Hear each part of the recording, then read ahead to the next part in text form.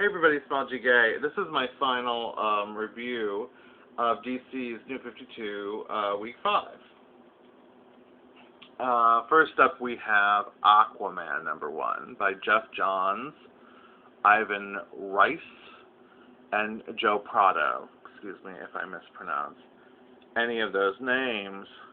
I had mixed feelings about Aquaman #1. I thought that the artwork was lovely, beautifully done.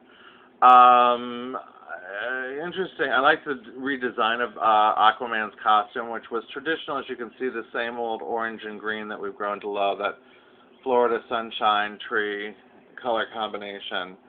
On the other hand, there were subtle differences to it that I appreciated. I thought it was nicely designed.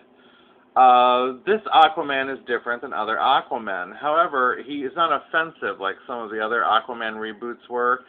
So far, it's not ridiculously violent. In fact, most of the comics this month have not been as violent. You'll have to excuse me for a moment. Have not been as violent as some of the earlier weeks. Some of them this week have not been as violent as some of the earlier weeks, which are gratuitously violent and gratuitously sexist. Aquaman is not one of those. He has had his powers upped. He now has a trident that is super strong. He seems to be super strong. He can leap tall buildings in a single bound. His wife, Mira, is now, they say, stronger than Wonder Woman. So he's had his powers upped. Here's one of the issues I had with it. It really was a fanboy comic. You know, it was all about how everyone thinks Aquaman's a joke and how Aquaman's like on all those YouTube clips. However, at least they understood YouTube as opposed to George Perez's Superman, which would not have understood. They would have had a team of experts, getting hacking into YouTube to find a video. They would have had something like that, like a giant skyscraper to find a YouTube clip. This one seemed a little bit more tech savvy, but it was also geek savvy. I mean, Aquaman doesn't live in our world. He lives in another world. Why would all of this be a surprise to the people of that world? You know, we're used to Aquaman and the Super Friends, and people make jokes about it.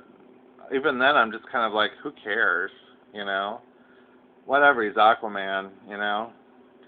But they make jokes about it in our world, but why would they in their world? Why would any of this be a new revelation that he's so powerful? You know, that he's a man, damn it. Why would that be a revelation to them? They don't live in our world. It didn't make any sense, you know. This doesn't make any sense. Superman is like a new phenomenon. I mean, they were all watching the Super Friends. Of course, some of the comics, don't forget, he's not a new phenomenon. Other comics, he is. Justice League International, there were Super Friends at one time, because there's a Hall of Justice. It's such a mess. But I just thought it was just kind of one of those fan issues that no normal person cares about, like what people think of Aquaman. Be that as it may, it seems to be okay. I liked some of the setup. I loved the way they drew Mira. I thought she was beautiful, and whatever. I may pick it up next month. As nice as it was, though, it still didn't give me a reason for reading it. I guess it was a nice introduction to the character, but, you know, alien ripoffs, the Brood or whatever they are, piranha men coming to attack is just more of the same. You know, it needed a little bit more. So I'm not as high on this as some people seem to be. I would still give Aquaman, though, because of the quality of the artwork and the fact that it was accessible and user-friendly, I would still give it a B-.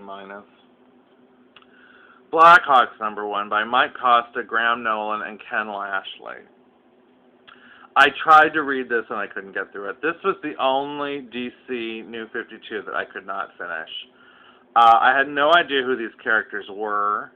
It was really difficult to follow along. It was difficult to discern which was which. I couldn't get anything on them.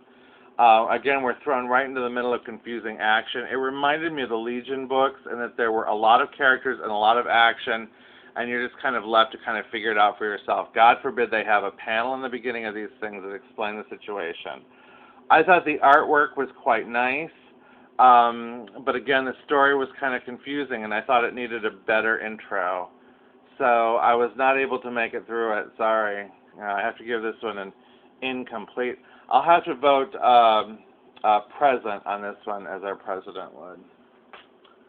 And finally, this week, which is the one that I was most anticipating, Justice League Dark, just because I have an affection for a lot of these characters. And I like the Supernatural DC universe, as I said in my last vlog. I thought the Justice League Dark actually was quite satisfying. I thought the artwork was gorgeous. This is by Peter Milligan and Mikkel Janin. I thought the artwork was gorgeous. I thought the story was understandable. I thought each character was introduced clearly, unlike the other situations. And this basic setup is terrific. Basically, what we've got going on, we've got a couple of issues going on. We have one woman who is appearing in after images all over town, and she has no idea who she is, what she's doing there, what the after images are. But people are seeing her all over town at the same time.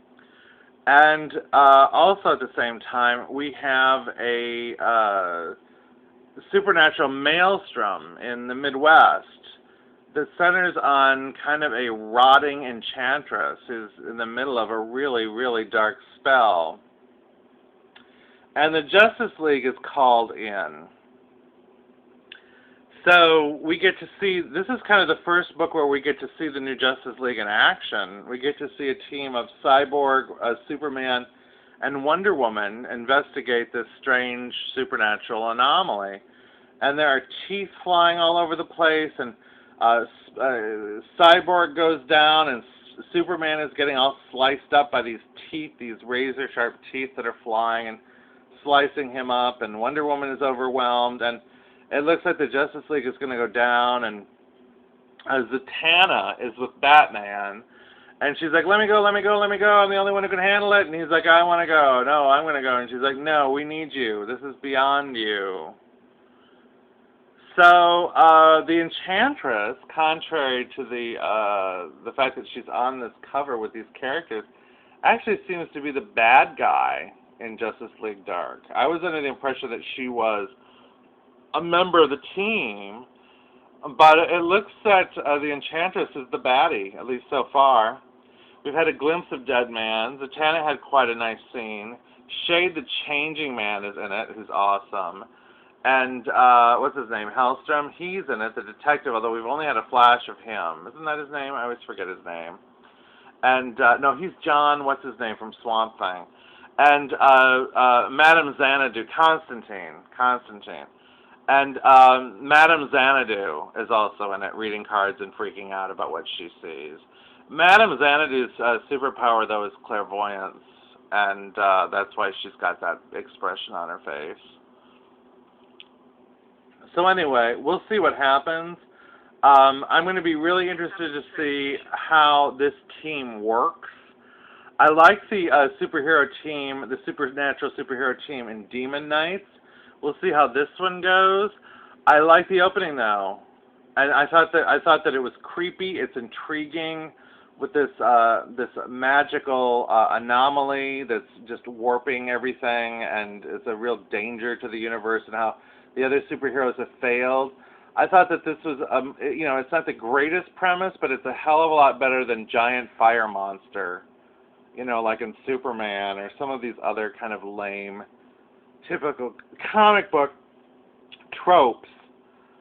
So I'm giving Justice League Dark a hopeful A-, just because I like it. And I'm just really tickled. It was the last comic I read tonight, and I'm really tickled that I didn't hate it, because some of these have been a little tough going.